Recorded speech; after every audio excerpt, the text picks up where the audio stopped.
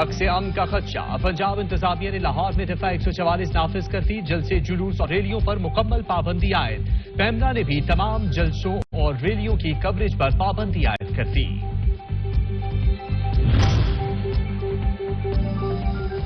पंजाब इंतजामिया के फैसले के बाद पीटीआई ने एहतजाजी रैली मंसूख कर दी। कारकुनान को घरों में रहने की हिदायत। लाहौर में दफा 144 के निफाज का फैसला हाईकोर्ट में चैलेंज कर दिया।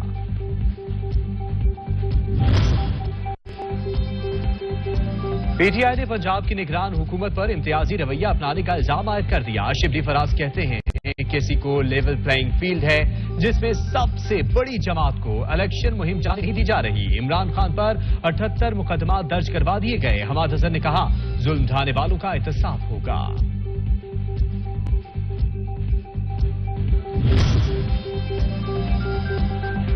पंजाब की निगरान हुकूमत बुनियादी इंसानी हुकूक को कुचलने पर कमर बस्ता है। साबिक वजीर आला पंजाब चौधरी परवेज इलाही कहते हैं इंतखाबी शेड्यूल आने के बाद किसी को मुहिम चलाने से नहीं रोका जा सकता।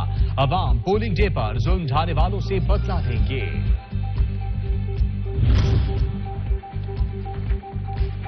इमरान खान तंदुरुस्त हो चुके हैं तो फितनागरी के बजाय अदालतों में पेशी की तैयारी करें। वजीर दाखिला राना सनाउल्लाह का मशवरा। कहा 13 मार्च को कोई बहानासाजी की गई तो कानून हरकत में आएगा। फरागोगी और इमरान खान ने कौमी खजाने को 62 अरब रुपए का टीका लगाया। मुल्क की बका की खातिर इन लोगों को अंजाम तक पहुंचाना होगा।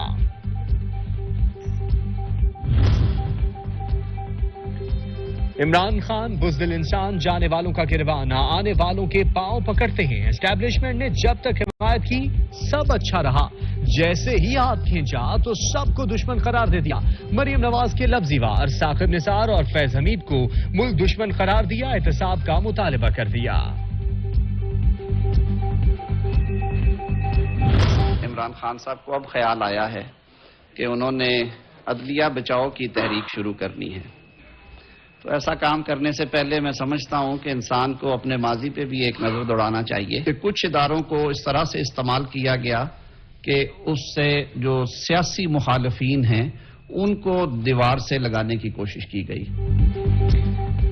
इमरान खान इंसाफ की दुहाई देने से पहले अपने तर्ज अमल पर नजर डालें। वफाकी वजीर आज़म नजीर ताड़ कहते हैं अदालतें 3 मार्च से नोटिस पर नोटिस भिजवा रही हैं। इमरान खान टांग पर टांग रखकर तमाशा देख रहे हैं। नवाज शरीफ को साजिश के तहत हटाया गया।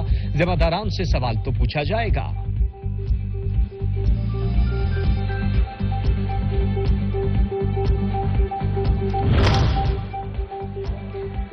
साबिक चीफ जस्टिस साकिब निसार कहते हैं मेरा इमरान खान से कभी भी राब्ता नहीं हुआ। मैंने न पहले लॉबिंग की न अब कर रहा हूं। साबिक चीफ जस्टिस ने अपने हवाले से जेर गर्दिश तमाम अफवाहों की तरदीद कर दी। सीनियर एंकर पर्सन सच टीवी बतूल राजपूत से खुसूसी टेलीफोनिक गुफ्तगू में कहा नवाज शरीफ की नाअहली का फैसला बगैर किसी दबाव के किया।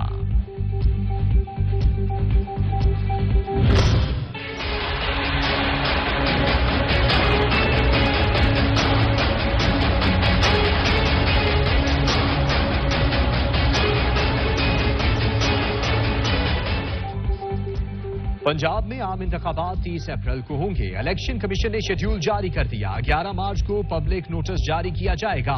कागजात नामजदगी 12 से 14 मार्च तक जमा कराए जाएंगे। आम इंतखाबात के लिए कागजात नामजदगी की जांच पड़ताल 22 मार्च को होगी।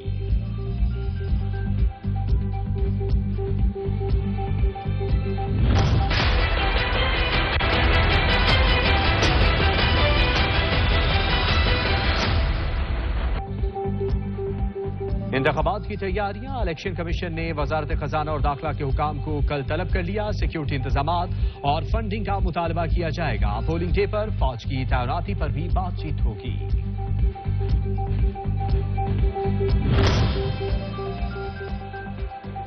खैबर पख्तूनख्वा में इंतखाबी तारीख का ऐलान न हो सका। गवर्नर गुलाम अली और इलेक्शन कमीशन कमेटी के दरमियान मुज़ाकरात बेनतीजा खत्म। गवर्नर खैबर पख्तूनख्वा कहते हैं इलेक्शन की तारीख देना ईद चांद देखने से ज्यादा मुश्किल दिखाई दे रहा है। आइंदा पीर या मंगल को कमीशन के इस्लामाबाद ऑफिस जाऊंगा। उम्मीद है कोई फैसला हो जाएगा।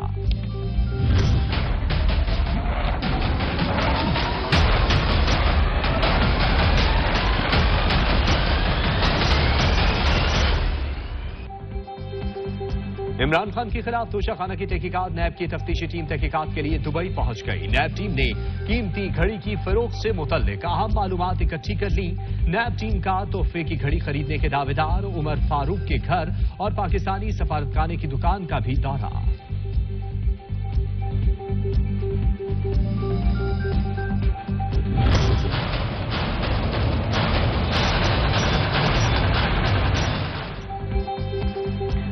لاہور ہائی کورٹ نے عمران خان کی ویڈیو لنک سے پیشی اور سیکیورٹی کے لیے دائر درخواست پر آفس اعتراضات کو ختم کر دیا.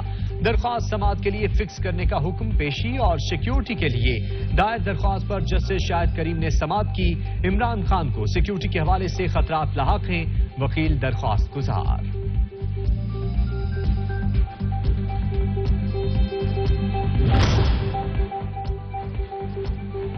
اسلام آباد ہائی کورٹ میں مبینہ بیٹی کو کاغذات نامزدگی میں ظاہر نہ کرنے سے متعلق سابق وزیر اعظم عمران خان کی نااہلی کا کیس.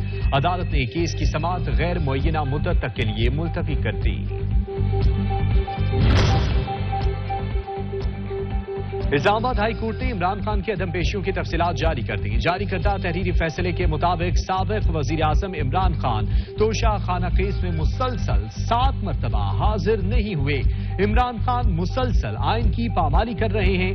15 دسمبر 2022 سے اب تک ایک بار بھی عدالت میں پیش نہیں ہوئے.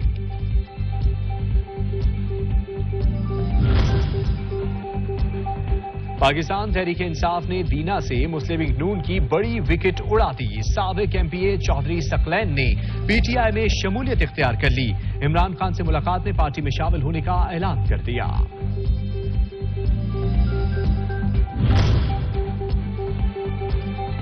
پاکستان مشکل معاشی حالات سے کامیابی سے باہر نکل آئے گا. ڈیفالٹ کا خطرہ ٹل چکا. ملک ترقی کرے گا اور ہم ایک خوشحال قوم بن کر ابھریں گے. آرمی چیف کی کاروباری شخصیات کو ملاقات کے دوران یقین دہانی. کہا فوج کسی صورت سیاست میں مداخلت نہیں کرے گی. سیاستدان اپنے معاملات خود حل کریں. عمران خان اور دوسری سیاسی قیادت کو مل بیٹھ کر سیاسی معاملات حل کرنا ہوں گے.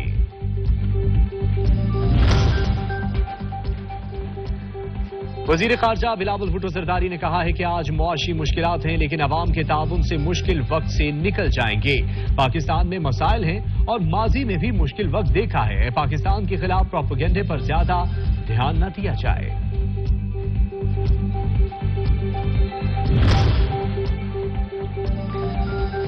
آئی ایم ایف کا معاہدہ حتمی ہونے کے قریب ہے. گورنر اسٹیٹ بینک جمیل احمد نے کہا ہے کہ آئی ایم ایف سے معاہدہ ہونے کے بعد باہر سے زر مبادلہ کا فلو بڑھے گا. آئندہ ہفتے کے اختتام پر اسٹیٹ بینک کے ذخائر 4.3 ارب ڈالر ہوں گے. رواں سال کی مہنگائی کی سالانہ شرح 26.5% تک رہنے کا تخمینہ ہے.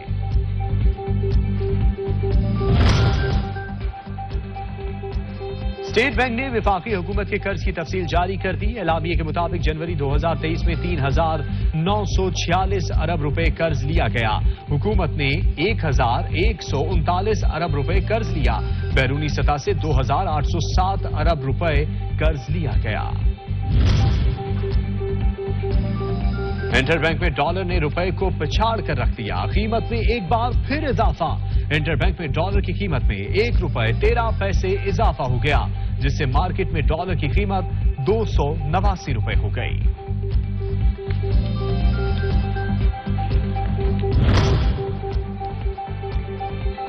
امریکہ نے پاکستان کے سیلاب متاثرہ اضلاع کے 500 طلبہ کے لیے وظائف کا اعلان کر دیا. امریکی محکمہ خارجہ کے ترجمان نیڈ پرائس کہتے ہیں وظائف سے مالی کمزور طلبہ کی پاکستان کی اعلیٰ یونیورسٹیوں میں حصول تعلیم میں مدد ہو سکے گی. اسکالرشپ پروگرام کے تحت امریکہ ہائر ایجوکیشن کے تعاون سے 6,000 سے زائد وظائف دے چکا ہے.